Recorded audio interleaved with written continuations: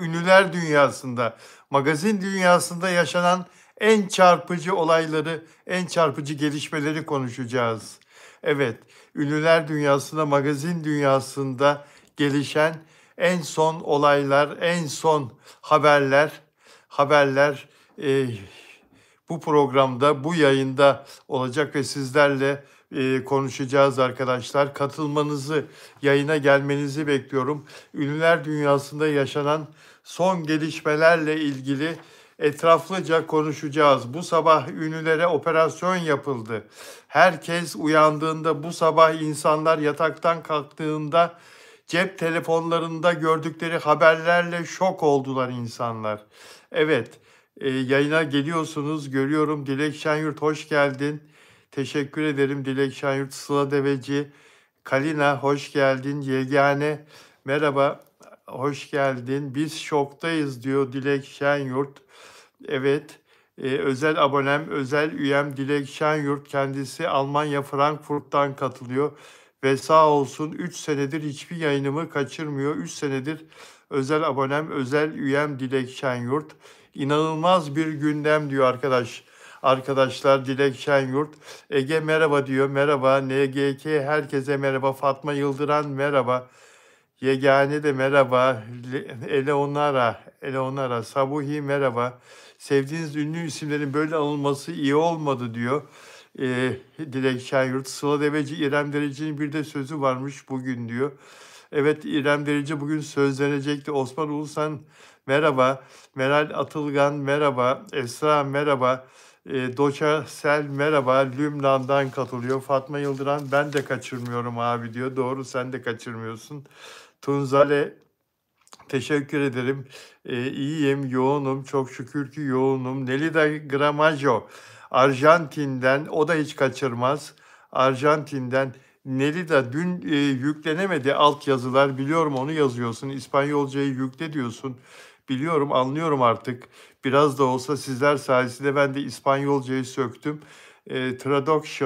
Traduction, İngilizce traduction, herhalde İngilizce bir kelime değil, İspanyolca ama ben İngilizce telaffuz ediyorum. Çeviri diyorsun İspanyolca.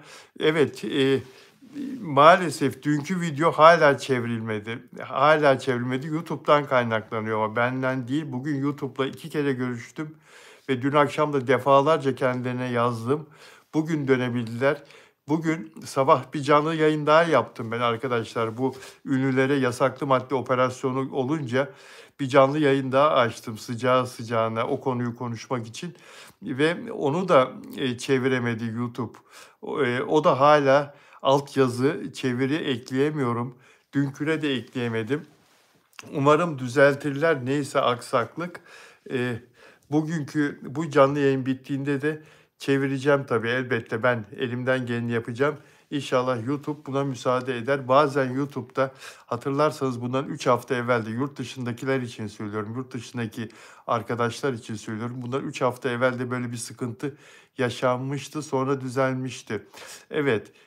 Arjantin'den arkadaşımızı görünce ve bana özellikle İspanyolca çeviriyi uyarınca bunları söylemek zorunda kaldım. Dotasel ben de hiç kaçırmıyorum diyor. Çiğdem neredesin sen? Çiğdem Aslan Argun Afram diyor. Çiğdem hoş geldin. Uğur Mumcu. Abi Güllü'ye ne oldu? Kaç gün işlerim vardı giremedim diyor Uğur Mumcu.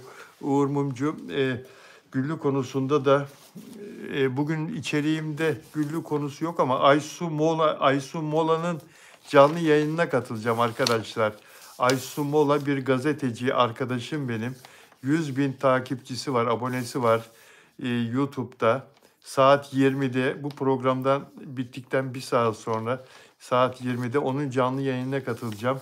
Güllü'yü orada da konuşacağız. Orada Afra ve Mert'i de konuşacağız. Ve diğer gündemdeki magazin konularını, ünlülere yapılan bugünkü operasyonu da konuşacağız. Dilek Şenyurt, Bilal Bey, ünlülerin çoğu bunu ben değil, o camiadaki herkes biliyor. Ünlü ismin adının geçmesi şok etkisi yarattı. Bence daha da var. Evet, konuşacağız arkadaşlar. Hoş geldiniz yayınıma. Bu sabah herkes uyandığı zaman gördüğü haberlerle şok oldu arkadaşlar. Herkes şaşırdı. Ünlülere operasyon, kendilerini çok iyi tanıdığımız, yaptıkları işleri beğendiğimiz, bizlerin alkışlarıyla, bizlerin beğenisiyle, bizlerin izlemesiyle, seyretmesiyle, kariyerlerinde önemli yerlere gelen ünlüler, ünlülerden bazıları, bazı isimler, isimleri operasyona uyuşturucu konusunda, yasaklı madde konusunda soruşturmaya karıştığı için evlerinden alındılar. Gözaltına alınmadılar deniliyor ama polisin, jandarmanın kapıya gidip de bir insanı evinden alması ve onun kontrolüne girmen, senin bir insan olarak bir polisin, bir jandarmanın kontrolüne girmen gözaltıdır arkadaşlar. Hiçbir yere ayrılamazsın. Onun yanından hiçbir yere gidemezsen onun gözünün altındasın, göz altındasın. Yani onun yanındasın, onunlasın, hiçbir yere gidemezsin. İzin istesen izin de alamazsın. Bu gözaltıdır arkadaşlar. Evet, nezareti demir parmaklık arkasına atmazlar seni. Poliste de olsan, karakolda da olsan. Misafir gibi koltuklarda, sandalyelerde artık ne varsa orada, koridorda orada oturursun. Nezaretteki kişilerden farklı bir yerde bekletilir. Çay istersen çay alabilirsin oradan. Herkesin aldığı çay ocağından. Su istersen suyun gelir. Öğlenleyin sandviç, şu bu yemek siparişi verebilirsin. Ama sen oradan ayrılamazsın. Dolayısıyla kabul etsinler etmesinler ünlüler ifade vermeye çağrıldılar, alındılar ve serbestsiniz, gidebilirsiniz denilene kadar orada misafirler. Ama nasıl misafirler? Onların dediğinden çıkamazsınız arkadaşlar.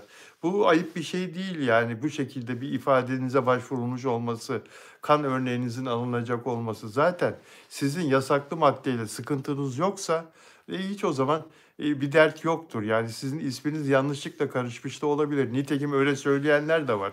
Zine Salih için, Zine Salih Amerika'daymış. Avukatı, menajeri açıklama yapıyor sosyal medyada. Sigara dahi içmez diyorlar. Sigara dahi içmez diyorlar. Ben bilmem. Ben bilmem. Ne bilir, kim bilir? Kanun bilir, hukuk bilir. İşte kan vereceksin, saç örneği vereceksin. O çıkarsa orada demek ki senin de bir sıkıntın var. Çıkmazsa tamam yanlışlıkla alınır demektir. Arkadaşlar onun için herkes bir şey söylüyor. Diyor aman benim müvekkilim sigara dahi içmez. Benim sanatçım sigara ağzına koymaz. Benim sanatçımın hiçbir kötü alışkanlığı yoktur. O zaman kim peki burada jandarma mı, polis mi suçlu? Onlar mı içiyor bu mereti de gözaltına? Yani yanlışlıkla sizi mi alıyorlar? Ya böyle bir şey olabilir mi arkadaşlar? İsminiz savcılıkta dosyaya girdiyse vardır bunun bir sebebi, hikmeti. Yani bence de bu olay şu yüzden olmuştur. Torbacılara bir operasyon yapılmıştır. Uyuşturucu şehir içinde adreslere, kişilere, bunların telefonları falan var içenlerde, kullananlarda. Arandığı zaman motokurye ile gidiyorlar, malı bırakıyorlar, parayı alıyorlar. Kapıya, evin kapısına kadar geliyorlar. İşte bunlara bir operasyon yapılmıştır. Okul önlerinde falan ne kadar kötü, çocuklarımız için ne büyük tehlike arkadaşlar. Ne yazık ki ilkokul önlerinde, ortaokul önlerinde, lise önlerinde bu torbacılar, bunlara operasyon yapılmıştır. Bunlar yakalanmıştır. Ondan sonra bunlar konuşturulmuştur jandarmada. Çünkü jandarmanın operasyonu bu. İstanbul İl Jandarma Komutanlığı'nın operasyonu. Bunlar konuşturulmuştur ve kimlere servis yaptıkları, kimlere hizmet ettiklerini, kimlere mal verdiklerini polis sormuştur, jandarma sormuştur. Bu isimleri bunlar vermiştir. Torbacılar vermiştir. Diğer bir ikinci şık da uyuşturucuyla ilgili bir çete çökertilmiştir. O çetenin kayıtlarında bu isimlerin adı geçiyordur. Bu isimler geçiyordur. Bu ünlülerin ismi geçiyordur. O çetenin servis yaptığı, torbacılara verdiği zaman torbacıların dağıtım yaptığı kişiler arasında bu ünlülerin de olduğu şeklinde, yani daha büyük kapsamlı düşünüyorum. İnşallah büyük bir çete çökertilmiştir. Torbacı operasyonları tabii onlar da gerekli. O operasyon da gerekli ama onlar küçük çapta oluyor arkadaşlar. Önemli olan yılanın başını ezmek. O çetelerin de üstünde baronlar var. Onları asıl onlara ulaşmak. Hiçbir zaman baronlar yakalanmıyor. baronlar görüyorsunuz işte baron yakalandığı zaman zaten büyük olaylar oluyor. Kolombiya'da, İspanya'da, daha evvel duyduk. İşte Sırbistan'da yani büyük baronlar, asıl baronlar yakalandığı zaman çok büyük cezaevinden kaçmaya çalışıyorlar. Kaçanlar da oldu bu büyük baronlardan, elebaşlarından.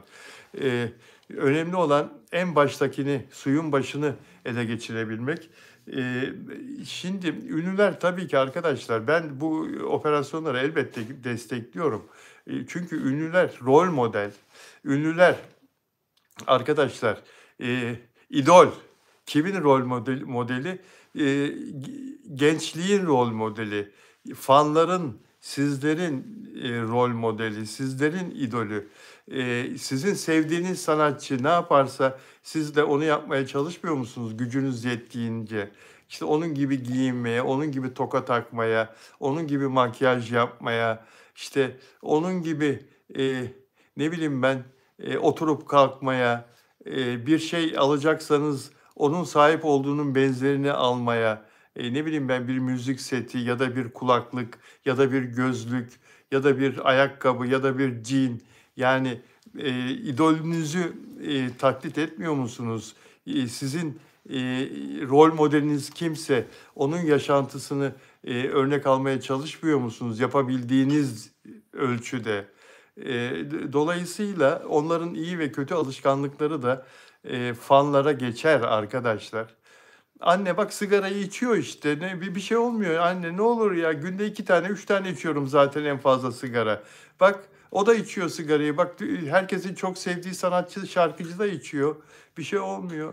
Anne bir bardak alkolden ne olacak? Anne ne olur haftada bir içiyorum bir bardak. Arkadaşlarla gittim içmeyeceksin kızım. Anne haftada bir arkadaşlarla çıktığım zaman kafam dağılsın diye. Kızım içmeyeceksin. Ama işte bak o içiyor. Ona hiçbir şey olmuyor. O dediği de herkesin çok beğendiği şarkıcı ya da herkesin çok alkışladığı oyuncu. Ünlüler rol modeldir. Arkadaşlar özellikle gençler, özellikle çocuklar ünlülerin sevdikleri, tutkulu oldukları, çok beğendikleri ünlülerin yaptığını yapmaya çalışır. Dolayısıyla yasaklı maddeyi ünlüler kullanıyorsa bunu öğrenen gençler de ona bir şey olmuyor. Üstelik de çok para kazanıyor. Üstelik de herkes onu alkışlıyor. Zirvede. Demek ki o yasaklı maddenin ona bir zararı yok. Ben de bir kere çeksem ne olacak? Hiç değilse üzüntüm dağılır. Sevdiğim çocuk ayrıldı benden zaten. Çok üzgünüm. Hiç değilse efkarım dağılır filan. Yani ünlüler rol modeldir. Taklit edilirler. Gençler onları kendilerine örnek alır. Ama kötü anlamda örnek aldığı zaman da ünlüye hiçbir şey olmaz. Çünkü onun çok parası vardır. Yılda bir kere yatar hastaneye kanını temizletir. Ama genç çocuk, e, genç insan yasaklı maddeye alışırsa perişan olur. Perişan olur, ailesini de perişan eder. Para da yetiştiremez. Hastalıktan da kafasını kaldıramaz. Onun için ben bu operasyona çok anlam yüklüyorum. Çok takdir ediyorum yapılmış olmasını. Keşke sadece bu 19 ünlüyle sınırlı kalmasaydı da toplumda rol model olan sadece bu magazin ünlülerinden değil, iş adamlarından, iş kadınlarından, toplumun diğer kesimlerinden rol model olan kişilerden de yasaklı maddeye karışmış olan kişilere de operasyon yapılsa, onlar da sıkıştırılsa, onlar da ceza alsa kullandıkları için çok daha büyük ses getirir. Ama maalesef yapılmıyor arkadaşlar. Maalesef yapılmıyor. Benim bildiğim en son 2013 senesinde ünlülere böyle bir operasyon yapıldı. Bakın 12 sene geçmiş. Halbuki herkes biliyor arkadaşlar. Dağdaki kurt da biliyor, denizdeki balina da biliyor, yerin altındaki karıncalar da biliyor. Ünlüler dünyasında yasaklı madde %70 kullanılır arkadaşlar. Ben %70 diyorum. Bazıları %80 der. %70 herkes kullanır arkadaşlar. Maalesef. Maalesef bu operasyonda inşallah göstermelik kalmaz. Ee, zaten hapis cezası var. Kullanmanın hapis cezası var ama amaç burada içenleri, kullananları hapse atmak değil. Tedavi ettirmek, ıslah etmek. Kanunun böyle bir esnek yönü var içicilere karşı. 2 yılda 5 yıl arasında hapis cezası var uyuşturucu madde kullanmanın. Ama sana diyor ki savcılık öncelikle şunu söylüyor, tedavi olacaksın diyor. Sana bu imkanı gösteriyoruz diyor. Tedavi olacaksın. Eğer tedavi olursan diyor, hapis yatmazsın. Seni takip edeceğiz. Senin raporların bize gelecek. Seni doktorlar muayene edecekler tedavi süresince. İyileşirsen, bu tedavi sürecine uyarsan, tedaviye dikkatle devam edersen ve iyileştiğini de raporla bize ispat edersen davan düşer, dosyan kapanır. Ama tedaviyi kabul etmezsen ya da kabul eder gözükür de sonra aksatırsan, bize iyileşti raporu gelmezse, bıraktı raporu gelmezse 2 yılla 5 yıl arası hapis cezası seni bekliyor. Anlatabiliyor muyum? Ünlüler için de eğer kanlarında yasaklı madde çıkarsa onlara da aynı şeyler söylenecek. Ve onlar da mesela 2013 senesinde Kenan İmirzalıoğlu bu şekilde tedaviyle bu şekilde bu beladan uzaklaşmıştı ve hapse girmekten de kurtulmuştu. Yine o dönemde Çağatay Ulusoy ve Gizem Karaca 2013 senesindeki Ocak ayında gözaltına alınmışlardı. Cenk Eren de Kenan İmirzalıoğlu kullanmıyorum ama denedim demişti Kenan İmirzalıoğlu. Sarp Apak, Engin Günaydın, Hakan Yılmaz, Rıza Kocaoğlu, Ersin Korkut o günlerde 2013 senesi Ocak ayında gözaltına alınmışlardı ve uzun yargılanmalar sonucunda kullanma suçundan 10 ay hapis cezası verilmiş ve cezaları 5 yıl süreyle ertelenmişti. O arada tedavi oldular ve tedavi olduklarını savcıya ispat ettiler. Bunların içinden cezaevine giren hiç olmadı. Yani aynı şey şimdiki ünlüler için de söz konusu. Tedavi olup bu beladan kurtulduklarını ispat ederlerse onlar için bir sorun yok. Kimler gözaltında alındı sizler biliyorsunuz ama tekrar burada bir söyleyelim. İrem Derici, Demet Evgar. Ben Demet Evgar'ı şaşırdım mesela. Demet Evgar'la ilgili benim bir duyumum yoktu. Hadise, Kaan Yıldırım, Kubilay Aka, Berrak Tüzün Ataç. Bunların içinde zaten bildiğim isimler elbette var. Yani bu işi yaptığını bildiğim Duygu Özaslan, Özge Özpirinç'e şaşırdım mesela. Benim gibi çok insan şaşırdı. Zeynep Meriç ve Aral Keskin. Zeynep Meriç bir ay evvel çocuğunu dünyaya getirdi.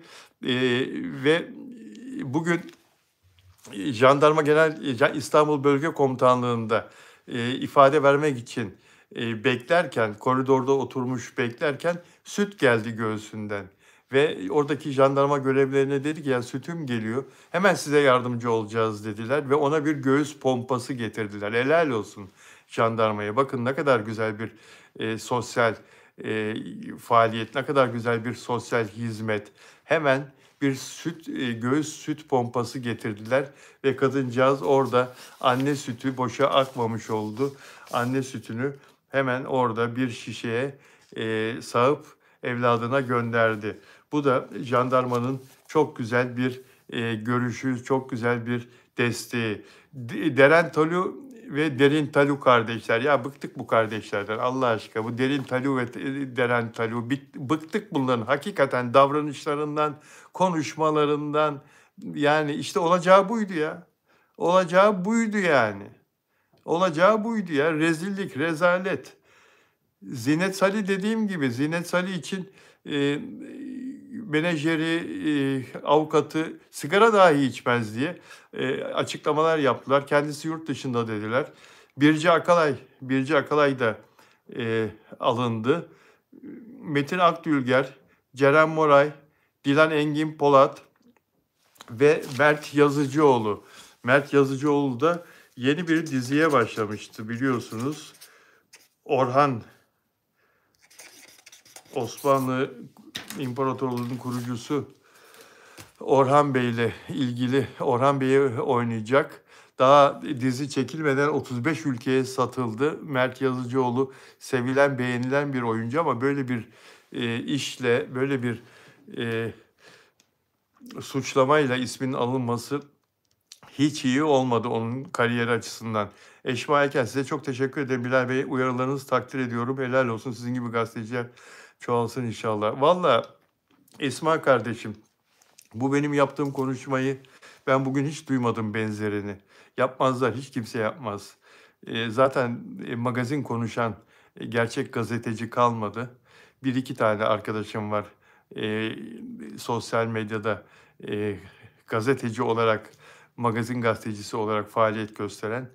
E, Onlar da benim gibi böyle dobra dobra konuşmazlar, konuşmuyorlar. Ben hiç kimseden çekinmem. Yani burada hiç kimseden çekinmem derken vay asarım keserim falan, asla öyle bir anlamda değil. Allah'a bir can borcumuz var. Yani ne olursa olsun doğru bildiğimi söylemekten asla kaçınmam. Efendi efendi doğru bildiğimi her zaman söylerim. Toplum için yararlı olanı, doğru olanı, çocuklarımız için. Ben de bir çocuk babasıyım. Daha dün oğlumla sohbet ediyordum. Oğlum liseye başladı şimdi. Hidayet, küçük oğlum, büyük oğlum Emrah, Tolga Emrah Özcan. O 42 yaşında, o hepimizden büyük.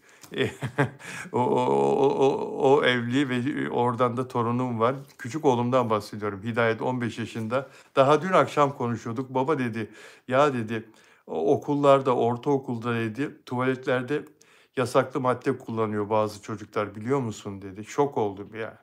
Tamam duyuyorduk filan ama bunu oğlumdan duymak, aman oğlum dedim sen sakın uzak dur, bulaşma. Yok yok baba dedi, benimle ilgisi yok. Ama dedi yani böyle gören arkadaşlar vardı dedi geçen sene ortaokuldayken. Ne kadar kötü duyuyor, görebiliyor musunuz ya? Sizlerin, bizlerin evladı olabilir o tuvaletlerde gizlice yasaklı madde kullanan çocuklar. Ve buna alıştığın zaman bundan kurtuluş çok zor, yok gibi, biliyor musunuz? Çok zor, yok gibi. Ya bir stres hapına başlıyoruz. Ben de başladım. Kalp krizi geçirdiğim zaman bundan 10 sene evvel doktorum bana bir stres hapı yazdı. İşimden dolayı çok çalışıyorum, çok stresliyim, heyecanlıyım, yetiştirmek telaş filan. Dedi ki stresi azaltamıyorsam Bilal Bey sana yardımcı olsun. Şu hapı yazayım. En düşük dozda. 12 sene oldu. Bırakamıyorum. Bırakamıyorum. Bıraktığım zaman başım dönüyor.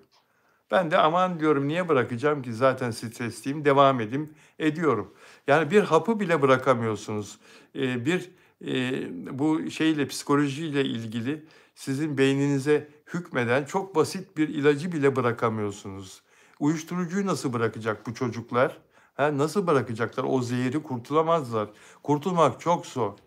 Çok inançlı olacak, ailesi de çok inançlı olacak ve çok iyi tedavi edilecekler. Ancak öyle kurtulabilirler ve işin başında olacaklar. Görüyoruz işte, o örnek olaylar da duyuyoruz. Çok büyük tehlike arkadaşlar.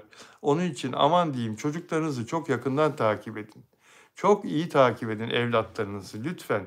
Beni dünyanın her tarafından izliyorsunuz. Dünyanın her tarafında yaşanan bir sıkıntı bu.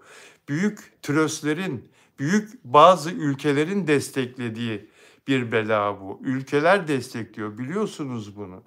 Yani bazı ülkeler buna yol veriyorlar.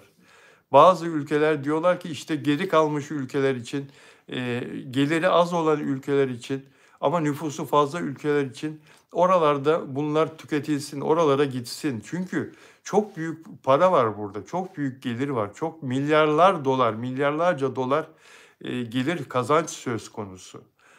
O yüzden arkadaşlar biz hiçbir şey aldırmadan en küçük çekirdek aile olarak kendi önlemimizi, kendi tedbirimizi almak zorundayız.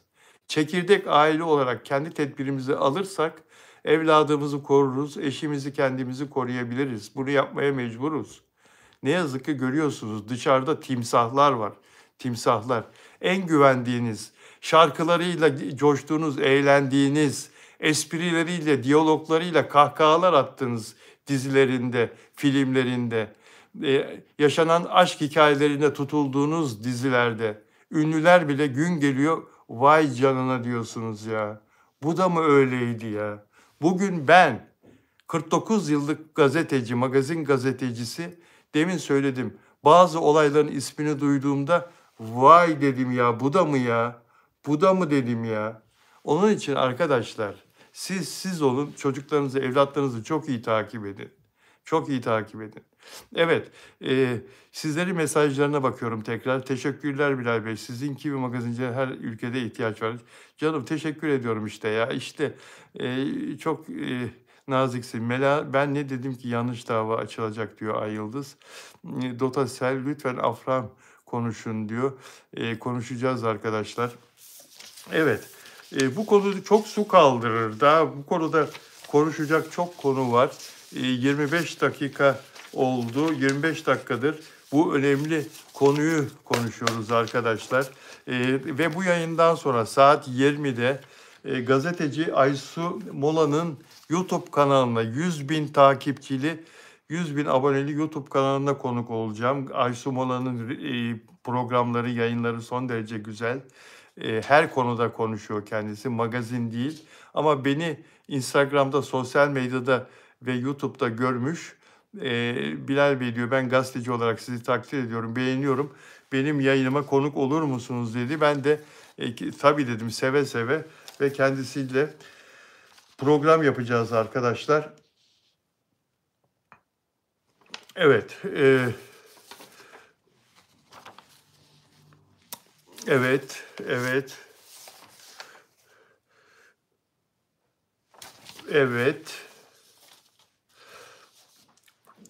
Bunu da konuştuk. Enis Arıkan'a sordular. Ezgi Mola ile barıştınız mı? Ezgi Mola sizin çok iyi arkadaşınızdı. Küstünüz, bir süredir barıştınız mı? Enis Arıkan demiş ki soruyu soran muhabire, utanmıyor musun bu soruyu sormaya? Üzerinden 7 yıl geçti. Görüşmüyoruz kardeşim, Ya Enis, sakin ol ya. Sakin ol kardeşim. Gazeteci etik kurallar dahilinde ve yasalara ters olmadığı sürece, hukuka ters olmadığı sürece ve etik kurallar dahilinde ahlaken bir sıkıntı olmadığı sürece her soruyu sorar. İster cevaplandırırsın, ister cevaplandırmazsın. Susarsın istersen, ama böyle sen gazeteciye, ne oluyor ya? Gazeteciyi azarlayamazsın kardeşim.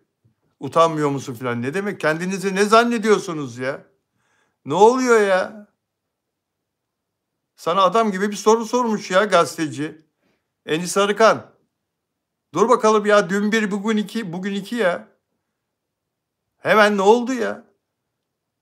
Astım kestik. Sormayın kardeşim, siz de sormayın ya. Böyle adamlara soru sormayın ya. Ayıp ya, böyle şey olur mu ya? Sen muhabiri nasıl ayarlarsın, azarlarsın? Çocuk sana ne sormuş ya? Barıştınız mı, barışmadınız mı diye soruyor. Utanmıyor musun böyle sorular sormaya falan? Ne oluyor ya? Ezgi Bola'nın 2023 senesinde bebeği dünyaya gelmişti. 24 Kasım'da 2023 senesi. 7 yıl falan da değil. 2 yıl evvel. 2 yıl evvel ve çok iyi arkadaştı onlar. Kankaydı Ezgi Mola ile Enis Arıkan. Amerika'da dünyaya getirdi Ezgi Mola. İddiaya göre Amerika'ya gelmesini bekliyormuş. Doğuma gelmesini bekliyormuş arkadaşının. Gitmemiş. İddialara göre aramamış da kutlamak için Ezgi Mola'yı. Sonra İstanbul'a geldiğinde, evine döndüğünde evine ziyarete de gitmemiş. Doğum yaptı, bebeği dünyaya geldi. Enis Arıkan. Ezgi Mola da silmiş hayatından. Yakın dostlarına onu sildiğini söylemiş. Çok kırıldım, çok üzüldüm. Ondan beklemezdim demiş. Artık demiş, benim öyle bir arkadaşım yok. Kırılganlık o zaman başladı. Sonra da bir daha hiçbir zaman barışmadıklarını, kendilerine sorulduğu zaman Ezgi Mola onunla hiç alakam yok demişti benim hatırladığım. Enis Arıkan o defter çoktan kapandı demişti. Birbirlerine karşı böyle bir tavır almışlar. Gazeteciler rastlayınca Enis Arıkan'a bu soruyu soruyor. Ne oluyor ya, çocuğu azarlıyorsun? Yani hiç yakıştıramadım. Dostlar,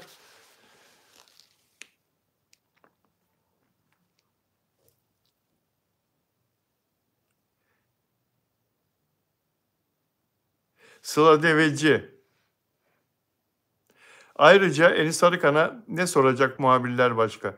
Ya işte bir dizisi olsa, bir tiyatrosu, bir gösterisi olsa, bir ara bir yarışma programına katılıyordu ekranda. Yani bir aktivitesi olsa, insanların beğendiği, hoşuna giden sorarlar, onun şeyi sorarlar. Demek ki sivri bir şeyin yok yani sana sorulacak.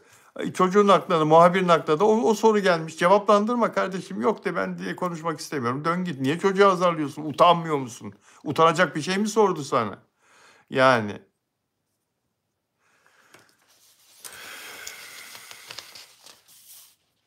Bugün İrem Derici, Melih Kunukçu'yla sözlenecekti. Artık sözlenecek halleri kalmadı.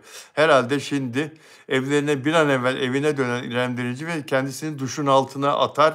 Sonra da yatar uyur.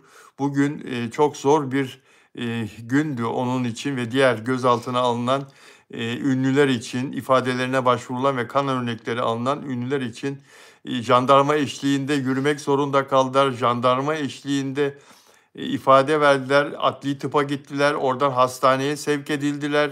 Sonra savcıya ifade verdiler mi, vermediler mi? Şu saate kadar savcılığa çıkacakları konuşuluyordu ama henüz emin değilim. Siz yazın lütfen gelişmeyi. En son gelişme nedir? Savcıya ifade veriyorlar mı yoksa jandarma bölge komutanlığından ki ifadeden sonra serbest mi bırakıldılar? O gelişmeyi de sizden alayım. Bütün haberleri benden alıyorsunuz. Ve İrem Derici, Melih Kunukçu'yla bugün sözleneceğini söylemişti. Allah'ın günü mü yok İrem Derici, bugün olmazsa yarın olur.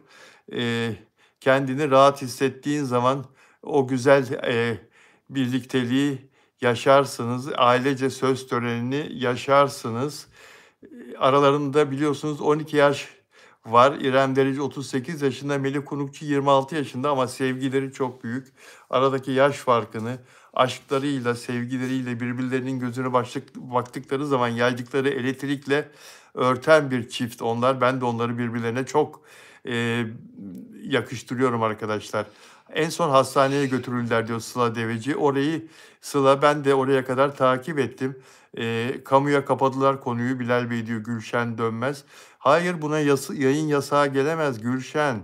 Yayın yasağı gelemez. 18 kişinin ifadesi kaç saat sürer diyor Dilek Şenyurt. Dilek Şenyurt ifadelerini yani orada jandarma görevlilerinin sayısı da çok fazladır. Çok fazladır. Yani sadece bir kişi ifadelerini almaz. 5-6 tane jandarma görevlisi alsa hepsinin ifadesini 1,5-2 saat içinde biter diye düşünüyorum en fazla.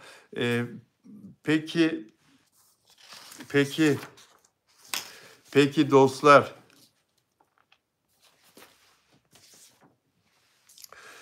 Evet.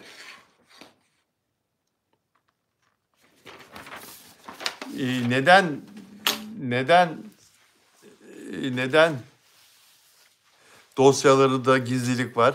Dosyada gizlilik kararı var. Kamuya kapalı dediğin herhalde kastettiğin o arkadaşım. Dosyada gizlilik kararı var. Çünkü uyuşturucu madde, yasaklı madde çok hassas bir konu olduğu için arkadaşlar. Orada bu yasaklı maddeyi pazarlayan, satan, temin eden kişilerin isimleri de geçiyor. Ve savcının elde ettiği, jandarmanın elde ettiği deliller de var orada, o dosyada. Bunların dışarıya sızmaması lazım. Çünkü süren bir operasyon ve çok hassas bir konu. Yasaklı madde. Toplumun başının belası biliyorsunuz bu konu. Ve oradaki bilgiler dışarıya sızmasın diye bütün uyuşturucuyla ilgili operasyonlarda, savcılık soruşturmalarında bu böyle olur.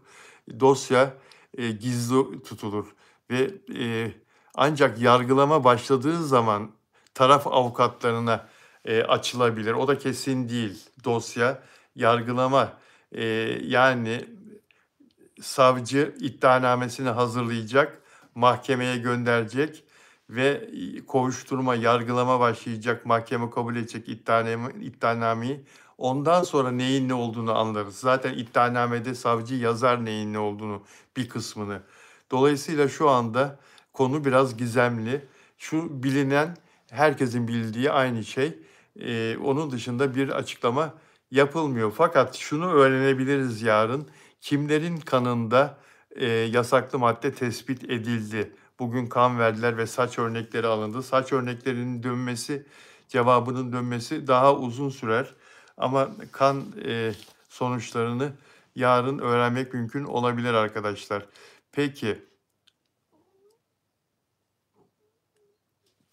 ve ve ve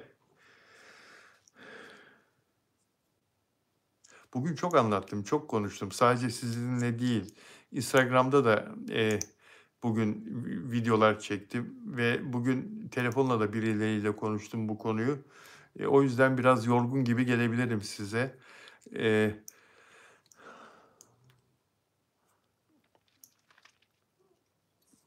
Bildiğimiz ünlüler arasında yasaklı madde kullandığını duyduğumuz sadece bu 19 isim yok arkadaşlar.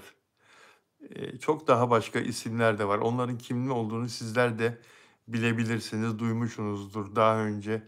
Eee, haberleri de konu olmuştur. Hatta bazısı defalarca gözaltına alınmıştır. Defalarca savcıya, polise ifade vermiştir, jandarmaya. O isimleri mesela bu operasyonda duymuyoruz. Demek ki onların torbacıları farklı. Demek ki onlara uyuşturucu temin eden çeteler ve satıcılar, torbacılar farklı. Bunu ben böyle konuşuyorum. Zannetmeyin ki hoşuma giderek anlatıyorum, dalga geçmek için anlatıyorum. Asla. Bu bir yara. Bu toplumun bir yarası. Benim öyle bir niyetim yok. Kimseyi karalamak gibi bir niyetim yok. Ama ben sorumluluk sahibi bir gazeteci olarak da doğruyu söylemekten çekinmem arkadaşlar. Sadece burada herkesin bildiği isimleri zikretmem. Çünkü bu bir ayıplı suç aynı zamanda. Bunu yapanlar, bu suçu işleyenler öyle kabul etmese de bu aynı zamanda bir ayıplı suç. Bu bir yüz karası. Bu hakikaten, çünkü sonuçta dediğim gibi çocukların zehirlenmesine kadar giden bir kötü alışkanlık bu. Bu toplumun başının belası bu. Bunun sonu ölüm arkadaşlar. Bunun sonu ölüm. Bunu kullanmanın sonu ölüm. Yani bunu laf olsun diye söylemiyorum şimdi ben burada. Yapılan istatistikler, uyuşturucu kullananların, buna alışanların ve bunu bırakmayanların gittikçe daha kuvvetlisini kullanarak kendilerini, organlarını ne şekilde mahvettiklerini ve felç geçirip ya da kalp krizi geçirip ya da organlarına zarar verip sonunda hayatlarını kaybettiklerini anlatıyor. İstatistikler de anlatıyor, duyduğumuz hikayeler de anlatıyor, yaşadığımız olaylar da anlatıyor. Ne gençler gitti. Bir Türkiye güzelinin hikayesi var, anlatsam hüngür hüngür ağlarsınız. Türkiye güzeli bir kızımızın Türkiye güzeli seçildikten sonra bu uyuşturucu kullananların tuzağına düştüğünü ve bir sene içinde hayatını kaybettiğini anlatsam size, bu 30-40 sene evvel olan bir olay, hüngür hüngür ağlarsınız. Onun için bu konuyu öyle geçiştiremeyiz. Sizler de lütfen, sizler de bu konuda daha çok bilinçli olun ve gençleri, tanıdığınız gençliği, çocukları mümkün olduğu kadar uyarın. Evet, Afra ve Mert. Afra ve Mert'in ismi böyle bir çirkin operasyonda, böyle bir yaftalamada yok. Çok şükür ki yok. Ünlüler içinde ismi temiz olan, benim de bildiğim, adı böyle anılmayan, hiçbir şekilde kötü alışkanlığa bulaşmayan başka isimler de var. Az da olsa var arkadaşlar. İşte onlardan ikisi hepimizin sevdiği isim: Mert ve Afra. Mert Ramazan Demir ve Afra Saraçoğlu. Ancak onlara ben yine de kızıyorum. Neden kızıyorum? Alkol alışkanlığından ve sigara alışkanlıklarından dolayı. Keşke onları da hiç içmeseler, tüketmeseler. Kendilerine zarar, başkasına zarar değil o. O kendilerine zarar. Kendilerine zarar. Başkasına da şöyle kötü örnek oluyorlar. Tabii onları seven milyonlara kötü örnek olabiliyorlar. İnşallah bırakırlar. İnşallah biraz daha olgunlaştıkları zaman onun içtikleri sigaranın ve içkinin ne kadar zararlı olduğunu farkına varırlar ve bırakırlar. Ama biz Afra ve Mert'in başarılarıyla övünüyoruz. Onların çalışmalarını takdir ediyoruz. Afra Saraçoğlu Pera dizisiyle Disney Plus'ta yakın zamanda inşallah ekranlara gelecek. Onun müjdesini dün OGM Pictures verdi. Öyle değil mi arkadaşlar? Disney Plus'la birlikte Disney Plus paylaşım yaptı ve yakın zamanda Mart ayı ile Haziran ayı arasında diyor. Ya böyle bir şey olmaz arkadaşlar. Ya bu ya Mart'tır ya Haziran'dır ya Mayıs'tır. Bir şeyi söyleyin artık. Bunun adını koyun. İnsanlar bana yazıyorlar devamlı. Bilal Bey ya bu ne demek? Hangi ay? Ne zaman yayınlanacak? Keşke bir an evvel yayınlasanız. Afra Saraçoğlu'nun dizisini. Mert Ramazan Demir'le ilgili de Yusuf dizisine başlayacak. Biliyorsunuz Yusuf karakterini oynayacağı diziye başlayacak. Ve Bizde Bir Şey Olmaz Miray Daner'le dijitale çektiği bu dizinin de son günleri 4 gün uzadı galiba. Bugün 54. gündü değil mi? Yanlış hatırlamıyorum. 55 günde bitecekti çekimler. 58 güne uzatıldı diye duydum. Doğru mu değil mi tam da emin değilim. Doğrulatmadım ama böyle bir duyum aldım. Mert Ramazan Demir'in Bize Bir Şey Olmaz dizisinin çekimleri. Mert Ramazan Demir uçak biletlerini değiştirecektir, değiştirmiştir. Kısa bir tatile gitmeyi düşündüğünü duymuştum.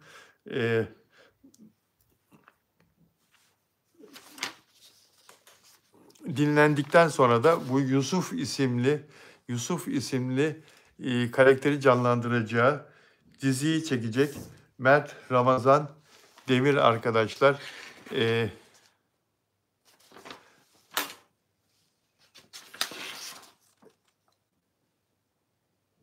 Evet. Mesajlarınıza bakmak istiyorum.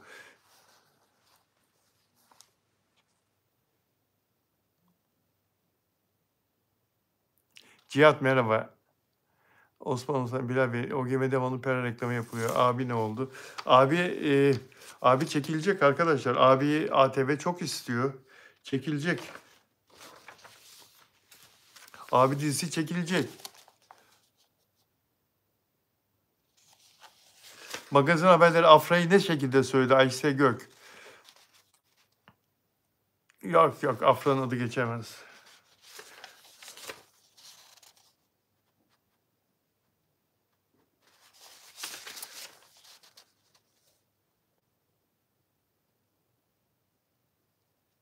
Mert Yazıcıoğlu evet. Mert Yazıcıoğlu da kan verdi. Saç örneği verdi. Onun neticesine göre konuşabiliriz. Bu işin içinde mi değil mi? İfadesini verdi bugün. İfadesinde ne söylediğini bilmiyoruz Mert Yazıcıoğlu'nun henüz.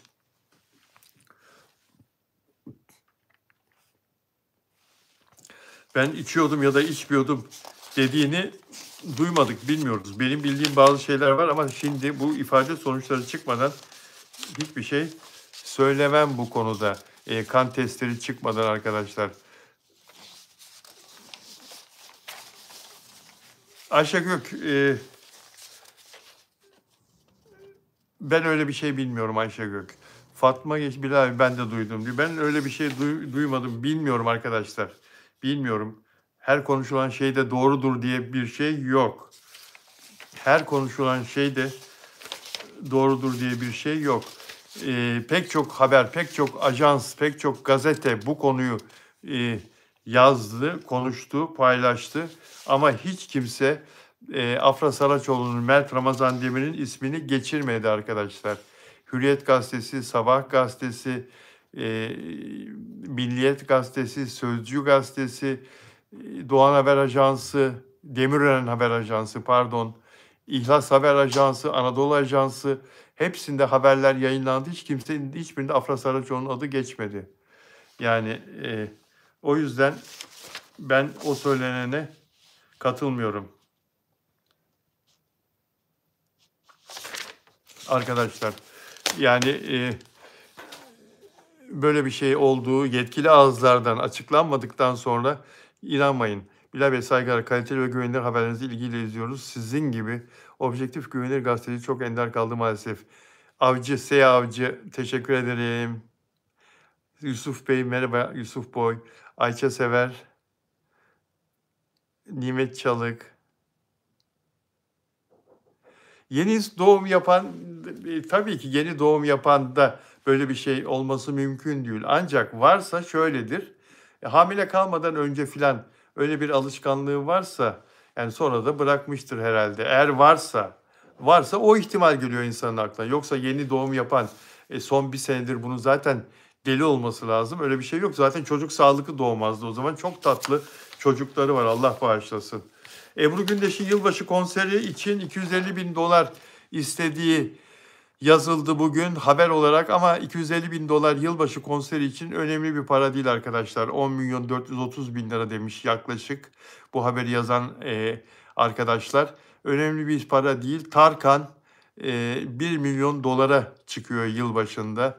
Daha evvel de çıktı, geçen sene de çıktı Kıbrıs'ta. Ondan 2-3 sene evvel de Mısır'da çıktı yazın. 1 milyon dolar, 1 milyon euro Tarkan'ın yılbaşı fiyatı budur. 250.000 dolar hiçbir şey değil. Ebru Gündeş 250.000 dolarla yetinmez. Benim bildiğim Ebru Gündeş Türkiye devletleri, yani Orta Asya'daki bu zengin ailelerin olduğu Kırgızistan, Kazakistan, işte ondan sonra Azerbaycan komşumuz, bu ülkelerdeki davetlere, düğünlere gittiği zaman bu parayı 300.000 dolar, 400.000 dolar para alıyor. Bu 250.000 dolar bana az geldi yılbaşı için. Ebru Gündeş 500.000 dolardan aşağı yılbaşında, yani 25 milyondan aşağı yılbaşında zannetmiyorum konser versin arkadaşlar. Günel Eliyava, Bilal abi beni yazdılar mı demedin. Ebru Gündeş Azerbaycan'da duyunda. İşte anlamıyorum ben burada Azerbaycan lehçesini anlayamıyorum. Yani yazıda da değişiyor. Buse Uslu Afram, Sıla Deveci kimden duydunuz Afra'nın adı geçtiğini diyor. Arkadaşlar orada yukarıda söylüyorlardı. Ben demiyorum, arkadaşlar diyorlar. İnanmayın. İnanmayın. Evet dostlar. Peki, sizlere doyum olmaz. İyi ki varsınız, iyi ki benim takipçimsiniz. Saat 20'de Yor Medya'nın programcısı Yor Medya YouTube'da güçlü bir medya kuruluşu arkadaşlar.